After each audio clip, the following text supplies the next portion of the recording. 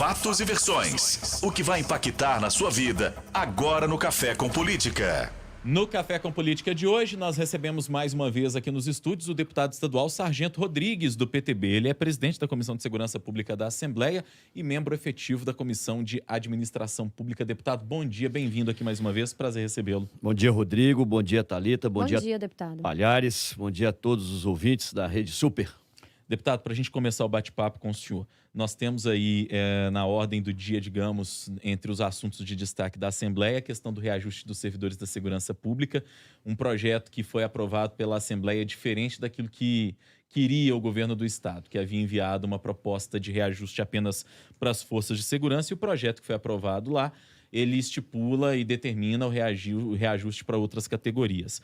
Existe uma perspectiva que o governador Romeu Zema vete esse projeto. Aí eu pergunto, o senhor que vem das forças de segurança, o senhor tem qual expectativa acerca disso? E pergunto além, já conversou com o governador? Até porque o silêncio dele está estranhando muita gente.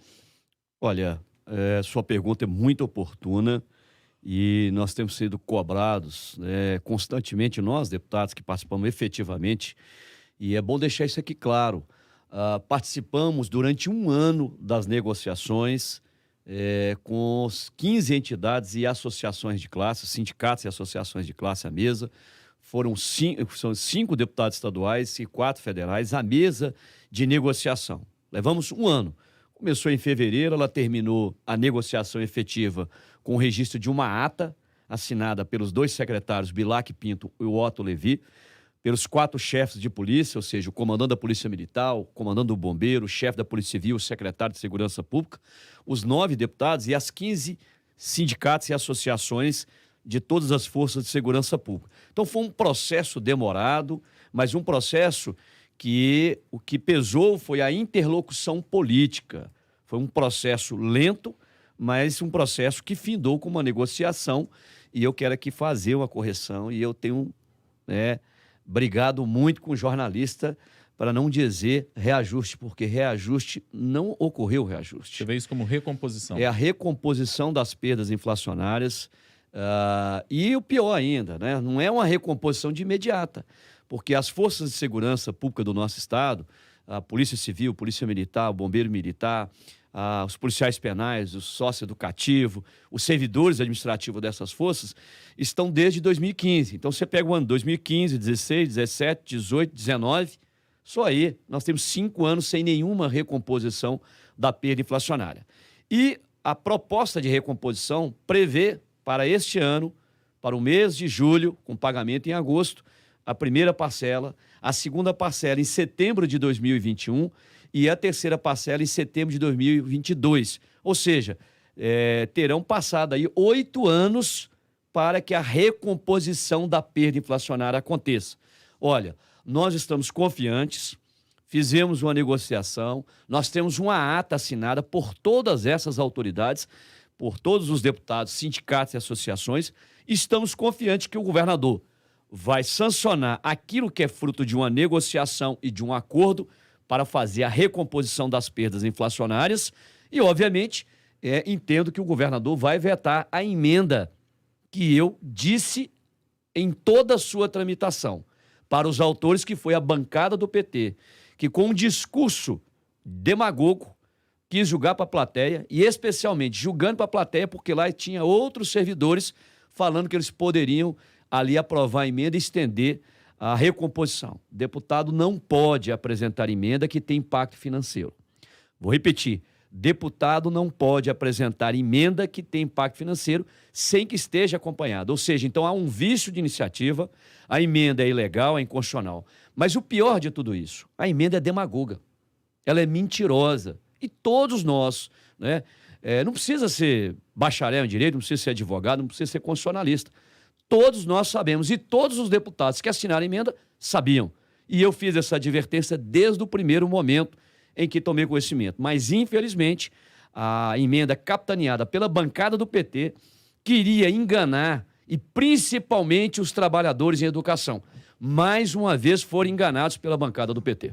Foi uma ação política, literalmente falando, deputado, na tentativa de fazer com que o governador barrasse, porque, como o senhor disse, é uma emenda inconstitucional. Sabíamos que o governador teria falado sobre essa recomposição salarial, afirmando, alegando já que não tem condições, o Estado não tem condições de fazer o aumento de salário para os outros servidores. Então, quando os deputados apresentam esta emenda também para o reajuste para os outros servidores, sabendo que o governador teria que barrar de qualquer forma, foi uma ação literalmente política para, talvez, entre aspas, queimar a imagem do governador? Thalita, você foi precisa e cirúrgica na sua observação. Eu cheguei a ouvir de um deputado, de um líder lá da Assembleia, um deputado experiente, dizendo o seguinte, eu questionando para que vocês estão admitindo essa emenda, porque regimentalmente, inclusive ela fere o regimento. O próprio presidente da Comissão de Fiscalização Financeira Orçamentária foi advertida por esse deputado várias vezes. Eu falei assim, olha, aqui tem 3 dispositivos no regimento que impede sequer de aceitar a emenda. Aceitar a emenda. Então, você foi precisa e cirúrgica na sua observação. Ali não queriam conseguir, como alguns do PT disse lá na tribuna, nós queríamos abrir o diálogo, queríamos abrir o debate, porque as outras categorias, nós queremos isonomia, nada disso. O que algumas lideranças dentro da Assembleia queria naquele momento era, nós aprovamos aqui e julgamos para o governador vetar. Quem vai se queimar, como diz aqui a Thalita, quem vai desgastar o governador. Foi um ato, uma atitude de irresponsabilidade de quem apresentou a emenda e de quem aprovou a emenda. Deputado, o senhor, quando explica a situação da recomposição salarial, essa coisa toda, essa recomposição, e isso a gente até falou algumas vezes aqui, que ela é absolutamente justa. Além de justa, ela é por determinação constitucional. E precisamos, de fato, de forças de segurança que tenham salários que sejam minimamente dignos para o exercício, enfim, do trabalho da segurança pública, que é de suma importância. Mas o questionamento que eu faço é em outro sentido. Não teria faltado ao governo do Estado uma capacidade de dialogar e de, inclusive, apresentar isso à Assembleia e dizer, olha, a gente vai apresentar isso agora, mas vamos estudar a situação dos outros servidores que merecem respeito também, da mesma forma, para que se evitasse esse imbróglio todo que foi criado? Não houve aí um erro de cálculo político, digamos, nessa relação com a Assembleia Legislativa, não? Não, nesse aspecto não. Nesse aspecto eu posso lhe garantir que não, porque eu participei efetivamente. Todos que acompanham a minha vida pública sabem que eu sou um deputado Caxias, um deputado que estou presente na Assembleia. Em 21 anos de mandato, eu nunca tive uma falta em sessão ordinária da Casa, portanto, estou lá de segunda a sexta-feira. Não houve.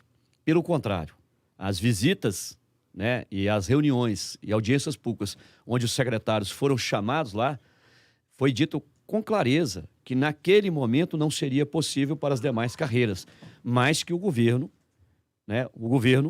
está trabalhando, né, estava trabalhando e continua trabalhando para que outras categorias também fossem beneficiadas. Não naquele momento, mas para adiante. Então, tudo isso foi dito.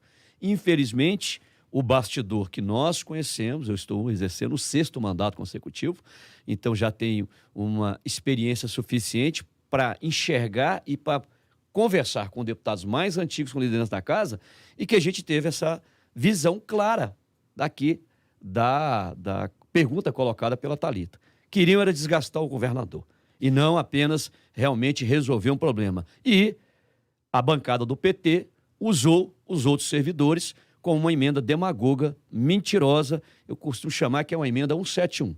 Não é uma emenda... a emenda 171, uma emenda para enganar. Deputado, o governador Romeu Zema e a equipe de governo anunciaram recentemente, inclusive aqui na Rádio Super com o secretário Bilac, o pagamento do 13º para aqueles servidores que ainda não receberam no primeiro trimestre de 2020. Estamos já no mês de março e ontem o governo anunciou o pagamento do salário, do próximo salário, mas mais uma vez não falou do 13º.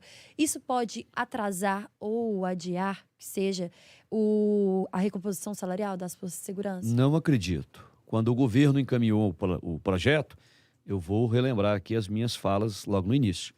Nós ficamos 1 ano negociando. Os secretários, quando percebia que não era o momento, marcavam a outra agenda conosco 2 meses depois, 1 mês depois, que iniciou em fevereiro de 2019, até findar a ata do dia 22 de novembro, que é uma ata que está escrita e assinada com todos os termos, inclusive com as parcelas, com o ano, tudo direitinho. Bom, o que ocorre com isso? O governo, nós estávamos cobrando o governo para enviar o projeto até o dia 30 de novembro. Eles sentaram com a gente no dia 22 de novembro e falaram, olha, nós não temos condições de mandar no dia 22 de novembro. Nós vamos ter que esperar o fechamento do mês de novembro, o fechamento de dezembro e o fechamento de janeiro. Portanto, o projeto só chegou na Assembleia no dia 6 de fevereiro.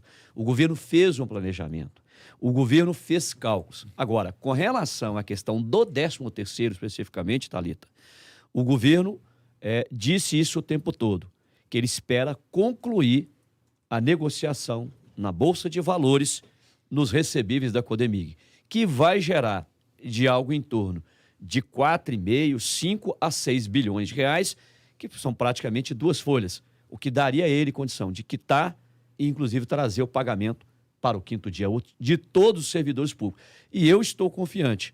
Eu quero aqui deixar claro que essas tratativas e essas análises foram feitas, inclusive, sempre quando eu tenho dúvidas, eu ligo para o secretário de Planejamento e Gestão, Dr. Otto Levi, uma pessoa séria, honrada, de uma capacidade, de uma educação, uma pessoa muito fina, muito educada e muito competente.